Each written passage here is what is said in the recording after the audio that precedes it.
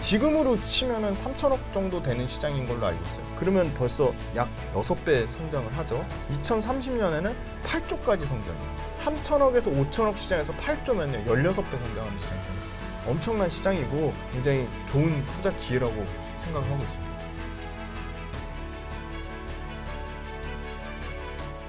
확실히 포스코홀딩스는 네. 뭐 대표님뿐만 아니라 많은 전문가분들이 네. 굉장히 좋게 보고 계신 것 같아요. 네네. 혹시 대표님이 지금은 좀 많이 올라가 있지만 네. 이게 단기적으로 주가 하락이 나온다면 네. 좀 더 중장기적인 호흡을 보면서 음. 좀 사모으면 괜찮겠다라고 할 만한 게 대표적으로 또 있을까요? 저는 나노 신소재도 여러 번 말씀드린 적이 있는데 최근 주가 진짜 많이 올리긴 올랐습니다. 그리고 최근에 나노 신소재 같은 경우는 대주주가 자꾸 파는 부분이 있거든요. 아, 그래요? 사실 근데 나노 신소재가 갖고 있는 성장성에는 변함이 없고 어찌 됐건 나노 신소재 그 CNT 도전제, 그러니까 이 나노 신소재는 CNT 정확히 말하면 슬러리라고 하는 건데요. 이 도전제 자체가 뭐 활물질 간의 전자 이동을 도와주는 아주 필수적인 역할도 하지만 배터리의 성능 향상이랑 이 충전과 수명에 굉장히 중요한 역할을 하고 실리콘이 충방전할 때 팽창하는 걸 잡아주는 굉장히 기술적인 중요한 역할을 하기 때문에 앞으로 계속 쓰여질 수밖에 없는 거고 그게 실제 매출과 이익 숫자로 찍히고 있고 나노 신소재가 하는 CNT 도전제 같은 경우는 양극, 음극 구분 없이 양극 도전제로도 쓰이고 음극 도전제로도 쓰입니다. 그리고 나노 신소재가 하는 특히 음극 도전제는 음극 도전제로 양산할 수 있는 데가 나노 신소재밖에 없기 때문에 아주 높은 기술 진입 장벽을 갖고 있다. 그리고 나노 신소재 또한 기존의 대주전자 재료에 실리콘 음극재를 적용하는 차종이 진짜 많아지고 있어요. LG 엔솔의 포르쉐 타이칸만 이제 적용되는 게 아니라 SK온과 포드의 합장인 F150 픽업 트럭, 그 다음에 GM, 그리고 포르쉐 타이칸 말고 포르쉐 마칸이라고 SUV가 있거든요. 그 SUV, 그 다음에 아까 말씀드린 F150, 그 외 차세대 BMW는 다양한 차종들이 이 실리콘 음극재를 적용하려고 하고 있기 때문에 Q 물량 자체가 엄청나게 커지는 건 맞아요. 그러면 대주전자 재료하고 나노 신소재는 한 세트예요. 그러니까 실리콘 음극재를 쓰면 기술적인 이유로 부피 팽창, 충방전 할 때 부피 팽창을 잡아주는 CNT 도전제를 무조건 써야 되기 때문에 어쩔 수 없이 나노 신소재 같이 갈 수밖에 없다. 그리고 CNT 도전제가 시장 자체가 엄청나게 커져요. CNT 도전제가 일단은 CNT 도전제가 얼마까지 커지냐면 시장이요. 지금 2025년 규모로 2조고요. 지금으로 치면은 3천억 정도 되는 시장인 걸로 알고 있어요. 그러면 벌써 2조면은 약 6배 성장을 하죠. 2030년에는 8조까지 성장해요. 그러면 3천억에서 5천억 시장에서 8조면요 16배 성장하는 시장이잖아요. 엄청난 시장이고 제일 중요한 건 그럼 캐펙스 투자를 하냐? 나노 신소재도 캐펙스 투자에 아주 진심인 회사예요. 주가 많이 오르는 거 물론 친인척이 주가 파는 건 상당히 리스크입니다. 그건 분명히 체크를 해봐야 되는 거고 근데 나노 신소재도 아주 다양하게 글로벌하게 미국, 폴란드, 일본의 공장 캐파를 증설하고 있는데 지금 올해 기준으로 10,000톤이 넘어가고요. 내년 기준으로 28,000톤, 2배 넘게 캐파를 증가하고요. 2030년 기준으로 7만 톤까지 하니까 캐파 증가율이 30%가 넘어가요. 엄청난 캐파 증가율인 거죠. 그래서 사실 이 나노 신소재가 하는 CNT 도전제는 기술 진입 장벽도 갖고 있으면서 특히 음극에 들어가는 거 그다음에 양산하는 업체가 많지 않다.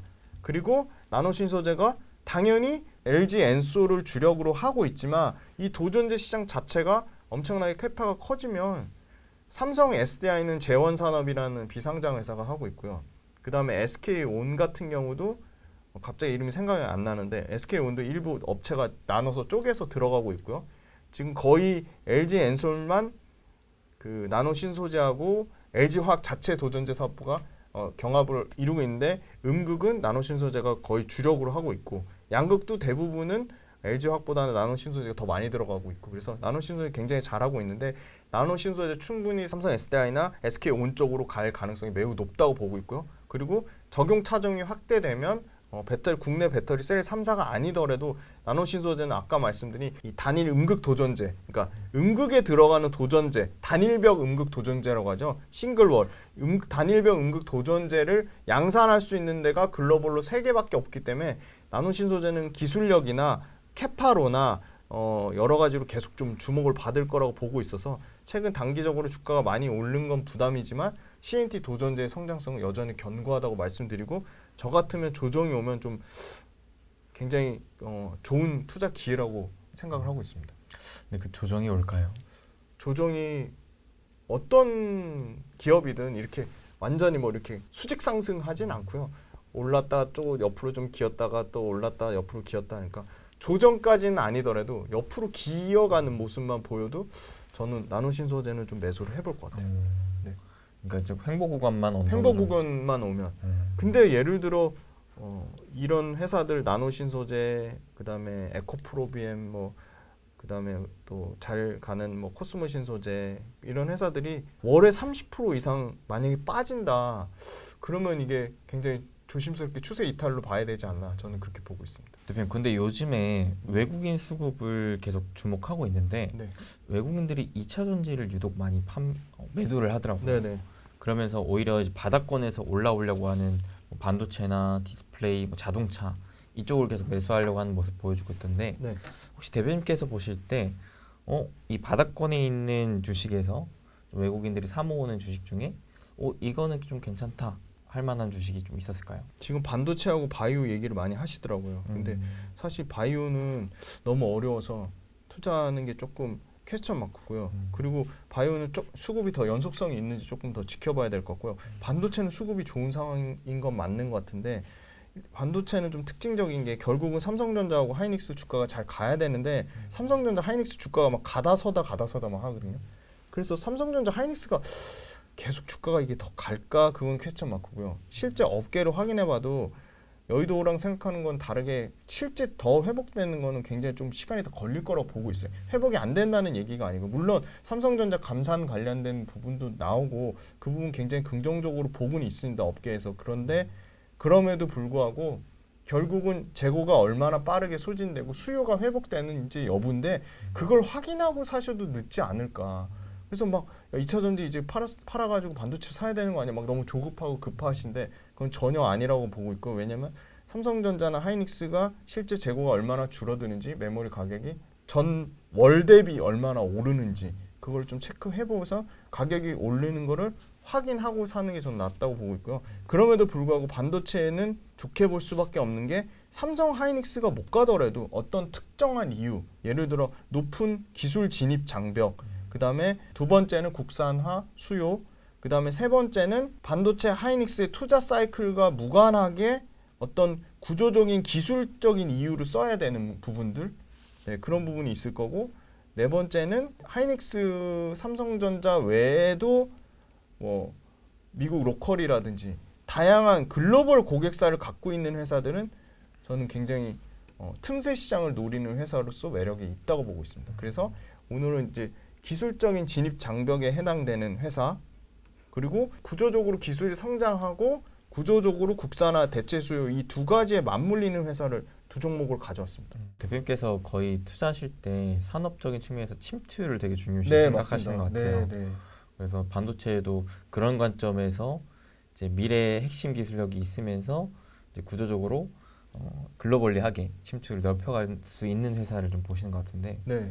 그 중에 대표적인 그럼 뭐가 있을까요? 네, 그 침투 굉장히 중요한 얘기 하셨는데요. 지금 사실 반도체 장비는 제일 중요한 게 대당 2천억에서 3천억 정도 하는 노광 장비. 네. 그 네덜란드 ASML의 노광 장비 그리고 어플라이드 머티리얼즈의 장비 이런 장비 회사들이 거의 독점이잖아요.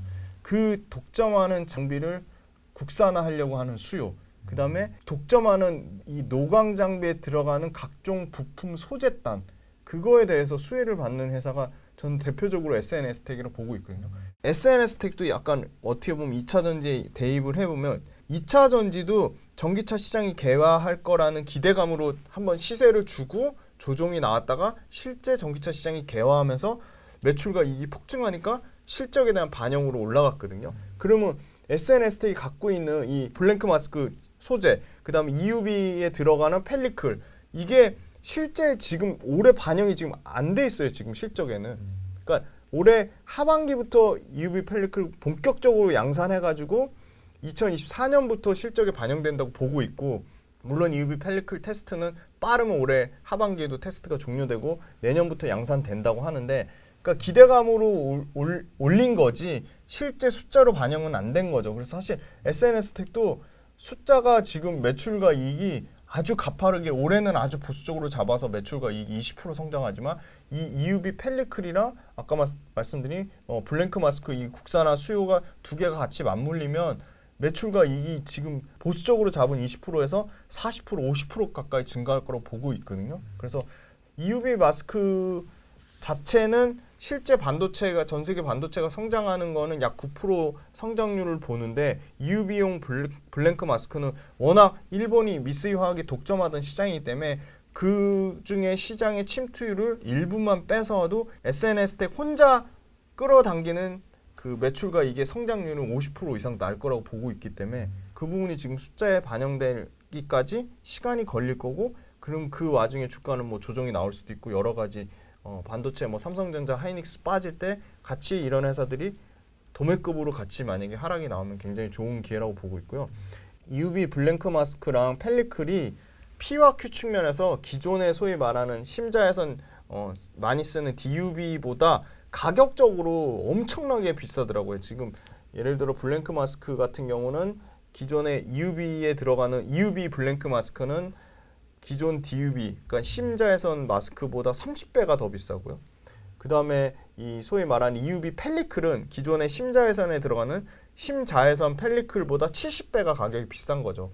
P가 엄청나게 비싼 건데 그러면 이거를 일본의 미쓰이 화학이나 일본 업체들이 독점해서 그거를 마진을 뭐 40% 이상 받으면서 다 그렇게 했는데 그게 어느 정도 고객사 입장에서도 장비업체 입장에서도 이게 국산화만 해주면 ASML이 원하는 아주 고스펙에 이게 맞춰준다고만 하면 일본 미쓰이 화학 거를 상당히 뺏어올 수 있지 않을까. 그러면 ASML이 요구하는 스펙 조건이 너무나 까다롭고 어렵기 때문에 통과돼서 지금 컬 테스트 중인 걸로 아는데 그게 통과돼서 내년에 본격적으로 올해 하반기에 테스트가 끝나서 내년에 본격적으로 매출이 발생하면 매출과 이익이 커지는 것도 커지는 거지만 저는 매출과 이익의 안정성이 굉장히 보장될 것이다. 뭐 3년에서 5년 정도 길게 보면 5년까지 EUV 블랭크 마스크랑 EUV 이 펠리클 관련돼서 매출과 이익이 성장성도 높은데 매출과 이익이 안정성이 보장되면 이 SNS텍의 밸류에이션을 좀 다르게 평가를 해줘야 되지 않을까 그렇게 보고 있습니다. 그다음 이제 장비 쪽에서 제가 이제 소재단에서는 그 EUV 펠리클하고 EUV 블랭크 마스크 SNS텍 말씀드렸고 파크 시스템즈라는 장비 회사인데 이 회사는 이제 메모리 반도체 업체가 캐펙스를 늘리든 말든 연구개발용으로 들어가는 매출이 30에서 40% 안정적으로 발생을 하고요. 그래서 어떻게 보면 반도체의 그 감산이랑 좀 무관하다. 그리고 두 번째는 이 회사는 이 회사도 국산화에 대한 수요가 있다. 뭐 국내에 들어와서 이 원자 현미경은 압도적으로 브루커라는 회사랑 옥스포라는 회사가 양분해서 가져갔는데 지금 그 점유율을 다 뺏어 와가지고 이 소위 말한 원자 현미경 시장 점유율에서 압도적으로 1등을 하고 있다. 1위를 지금 파크 시스템즈가 하고 있어서 이 시장 점유율, 시장 침투율은 굉장히 중요한데 1등하는 회사고 그거를 마진으로 증명하고 있어요. 마진율이 뭐 35% 이렇게 나옵니다. 굉장히 고마진을 보여주고 있고 두 번째는 파크 시스템즈가 갖고 있는 이 원자 현미경은 결국은 반도체에 계속 미세화 공정으로 가면 갈수록 이 양산 수율에 대한 거에 대한 지금 하이닉스랑 삼성전자뿐만이 아니고 뭐 마이크론까지 다 지금 생산 수율 잡는 거 계속 미세화되고 선폭이 좁아지고 그럴수록 계속 불량률이 많이 생기고 그러니까 보다 더 정밀하게 이 불량률을 체크해야 되는데 전자현미경으로 한계가 있는 거죠. 그래서 원자현미경으로 가는 추세가 있다. 그런 기술적 트렌드는 굉장히 무시하지 못할 것 같고 원자현미경 시장 자체가 전자현미경 시장의 10분의 1 정도 시장밖에 안 되는 너무 작은 시장이라서 폭발적으로 성장할 여력이 저는 충분히 있다고 보고 있거든요. 그걸 실제 숫자로 지금 약 매출과 이익단에서 SNS텍보다 어떻게 보면 파크 시스템즈는 더 큰 성장이 나오고 있어요. 매출과 이익이 30% 넘게 연평균 성장이 나오고 있어서 실제 숫자가 찍히고 있고요. 그다음에 이제 파크 시스템즈도 신제품이 나오죠. 소위 말하는 이제 펠리클을 이 자체 개발한 이 T사라고 하는 게 아마 TSMC인 것 같은데 TSMC가 요청한 EUV 마스크 리페어 장비인데요. EUV 마스크 리페어 장비는 이 그 마스크 패턴의 결함이나 파티클을 제거하는 거거든요. 그래서 EUV 마스크 리페어 장비가 올해 나오니까 이것도 사실 EUV 블랭크 마스크 업체에 납품을 해야 되는데 EUV 블랭크 마스크는 SNS텍도 잘하고 있지만 일본의 호야가 1등인데 호야의 이 파크시스템즈가 EUV 마스크 리페어 장비를 납품을 한 이력이 있어요. 1등 업체에 납품을 했으니까 그 밑단에 이제 2, 3, 4등 업체로 고객사가 굉장히 다변화 측면이 높다고 보고 있고, 그리고 이 회사도 지금 아까 말씀드린 그 실제 EUV 마스크 리페어 장비가 본격적으로 2023년부터 나오는 게 현재 실적에는 지금 아직 반영이 안 돼 있는 거죠. 그래서 이런 신규 성장 동력으로 갖고 있는 장비들이 아주 기술 진입 장벽이 높고 국산화 수요가 두 개가 다 맞물리니까, 거기다 실적까지 맞물리면 어떻게 보면 최근에 주가가 많이 올라왔지만 반도체 관련돼서 소재단에서는 SNS텍, 장비단에서는 파크시스템즈가 뭔가 좀 차별화된 모멘텀을 좀 갖고 있는 것 같고, 계속적으로 실적은 체크해 봐야 되지만 이 회사도 2025년까지 실적 추정치가 나와 있거든요. 근데 실적 추정치가 매출과 이익이 한 번도 역성장하지가 않고 계속 꾸준히 늘어나고, 이익률 또한 엄청나게 좋은 25%가 넘는 상당히 좋은 이익률을 봤을 때 25% 이상의 영업 이익률이라는 거는 제조업체에서 거의 탑5급이거든요. 그 이유는 아마 이 회사가 갖고 있는 시장 점유율, 기술 진입 장벽, 이 회사가 갖고 있는 뭐 생산 캐파 능력, 그런 부분들이 다 이 영업 이익률에 녹아 있지 않나, 그렇게 보고 있습니다. 확실히 저도 요즘에 이제 저는 워낙 바닥 주식들을 좀 좋아해서 네네. 2차 전지 다음으로는 투표님께서 또 어떤 쪽에 집중하고 계신지도 궁금하거든요. 결국은 꾸준히 안정적으로 실적 성장을 내면서 결국은 숫자가 뒷받침돼줘야 되는데, 2차 전지가 아니더라도 신재생 자체의 주식들, 태양광은 한번 시세를 줬고 풍력은 시세를 줄 줄 알았는데 못 가고 좀 굉장히 좀 부진한 상황인데, 신재생의 가장 큰 단점은 잘 아시겠지만 에너지가 불규칙한 거잖아요. 네. 그거를 ESS 에너지 저장 장치를 통해서 활용을 하고, 그 다음에 그 불규칙한 에너지를 잡기 위해서 각종 전력기기들이 필요하거든요. 근데 이 전력기기는 사실 엄청나게 기술 진입 장벽이 높은 산업은 아닙니다. 근데 전력기기 회사들이 첫 번째가 가장 아주 발빠르게 현지화를 잘했다. 현지화를 잘했고, 두 번째 캐펙스 투자를 게을리하지 않았다. 캐펙스 투자를 꾸준히 했다. 세 번째, 이 전력기기 관련돼서 본격적으로 소위 말한 교체 수요가 나오기 시작했다. 이 교체 수요라 하면 지금 아주 대표적으로 제가 준비한 회사는 현대일렉트릭인데, 현대일렉트릭도 소리 소문 없이 계속 올랐고 사실 작년에도 주가가 굉장히 좋았어요. 근데 현대일렉트릭의 장점은 현대일렉트릭뿐만이 아니고 아주 심플한 게 현대일렉트릭, 효성중공업, LS 이 세 개의 회사가 다 글로벌 밸류체인이 아주 잘 돼 있다. 그리고 교체 수요와 신규 수요의 혜택을 동시에 받을 수밖에 없는데, 교체 수요랑 신규 수요가 기존에 그냥 단순히 전력기기 수주뿐만이 아니라 신재생과 연관돼서 이 신재생 회사들도 미국에 공장 지으면 엄청나게 생산세액 공제를 받는데, 이 신재생 회사들이 생산세액 공장을 지으면서 캐파를 엄청나게 늘리고 있는데, 그 캐파에 들어가는 밸류체인 회사 중에 실적 괜찮은 회사들이 뭘까 봤더니 전력기기 회사들이고요. 실제로 현대일렉트릭 같은 경우는 미국에서 가장 큰 이 전력 북미 최대 회사가 아메리칸 일렉트릭 파워인데, 여기서 이 아메리칸 일렉트릭 파워가 이 소위 말하는 이 패드, 배전용 패드 변압기를 3,500대를 이미 수주를 했거든요. 1분기에 현대일렉트릭이. 근데 1분기는 보통 계절적 비수기임에도 불구하고 이렇게 공격적으로 수주가 나오고 있고, 그리고 아까 말씀드린 이 인프라, 북미 관련돼서 인프라 투자는 교체랑 신규 수요 두 개가 다 맞물려 있는 거죠. 교체만 있는 게 아니라 신규 수요도 있는 거고. 그리고 의외로 북미에서 수주가 1분기에 작년에 1억 6,500만 달러, 2분기에 3억 5,400만 달러, 가장 최근에 작년 4분기 기준으로 2억 7,700만 달러. 이 숫자가 연평균 증가율로 치면 작년 4분기는 전년 대비 300% 증가했고요. 1분기랑 2분기는 전년 대비 1분기는 150, 2분기는 240 뭐 이렇게 증가했거든요. 기본적으로 100% 이상씩 증가하고 있거든요. 그런데다가 북미 시장에서 수주가 끝난 게 아니라 지금 가장 매출을 추정하는 가장 중요한 변수를 보는 게, 이것도 심플해요. 전기차도 전기차의 판매량이나 배터리의 출하량을 확인할 수 있듯이 요것도 수출 데이터, 한국의 중대형 변압기 수출 데이터를 보시면 1분기에 전년 대비 77% 증가는 엄청나게 많이 증가했거든요. 2억 3,100만 달러예요. 아까 말씀드린 계절적인 비수기임에도 불구하고 전년 대비해서 77%를 증가하고 있다는 거죠. 그래서 분기별로 상승세가 꺾이지 않고 있다. 계속 수주에 대한 추정치를 상향하고 있어요. 현대일렉트릭도. 원래 기존에 19억 4,800만 달러에서 지금 최근에 다시 26억 3,400만 달러 상향했거든요. 그러면 그 상향치 조정된 것만 해도 35%가 넘어요.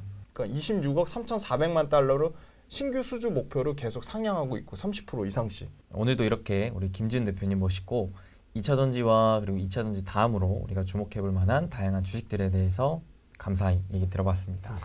네, 오늘도 이렇게 나와주셔서 감사드리고 네. 마지막으로 혹시 하고 싶으신 말씀 있으시면 자유롭게 해주시면 되겠습니다. 2차 전지 외에 다른 업종에 대한 성장성이라든지 2차 전지 외에 다른 업종에 대한 뭐 실적, 그다음에 다른 업종의 뭐 산업 트렌드도 2차 전지에 워낙 관심이 많고 2차 전지 관련돼서 많은 부분들을 얘기했지만 다른 업종에 대한 공부도 계속 끊임없이 하고 있고요. 그 부분에 대해서도 부자TV를 통해서 그리고 제 훈훈한 주식 유튜브 채널을 통해서 계속 말씀드릴 거고요. 주식 투자는 결과도 중요하지만 과정도 엄청 중요하다고 생각합니다. 그러니까 공부하는 과정이 계속 말씀드리지만 엄청나게 재밌거든요. 재미를 붙이셔야지 수익도 많이 나실 수 있고요. 그리고 긍정적이셔야 돼요. 예. 절대 부정론자는 돈을 벌 수가 없습니다. 긍정론자로 바뀌셔야지 돈을 버실 수 있고요. 그 다음에 과정의 재미를 느껴서 본인만의 투자 철학과 원칙과 기준이 있어야지 어떠한 다른 얘기에도 흔들림이 없습니다. 그래서 그걸 꼭 키우셔야 되고 그리고 계속 말씀드리지만 손품을 통해서 2차 전지가 됐던 어떤 섹터에 대해서 다른 분들이 유망한 종목을 얘기하거나 유망한 산업을 얘기하면 본인만의 스타일로 필기하시고 기록하시고 그걸 정리해서 내 것 내재화 시키셔야 돼요. 내재화가 엄청나게 중요합니다. 그래서 내재화 시키는 공부를 부자TV를 통해서든 훈훈한 주식 유튜브 채널을 통해서든 계속 말씀드릴 거고요. 그리고 중요한 거는 항상 투자를 오래 하시려면 건강하셔야 되니까 건강관리 각별히 신경 쓰시고요. 즐거운 마음으로 그리고 사고가 유연하셔야 돼요. 절대 경직된 사고로는 돈을 벌 수가 없습니다. 그래서 유연한 사고로 손품을 엄청 팔자. 그리고 주식을 공부하는 과정에 재미를 느끼자. 그리고 훈훈한 주식도 많이 사랑해 주세요. 그 과정에 또 굉장히 재미를 느끼면서 네네. 그 재미를 또 많은 분들에게 좋은 영향력으로 네네. 행사하고 싶어서 네. 또 관리하고 계시는 맞습니다. 개인 채널, 네. 훈훈한 주식 채널 여러분들 또 많은 관심과 응원 부탁드리겠습니다.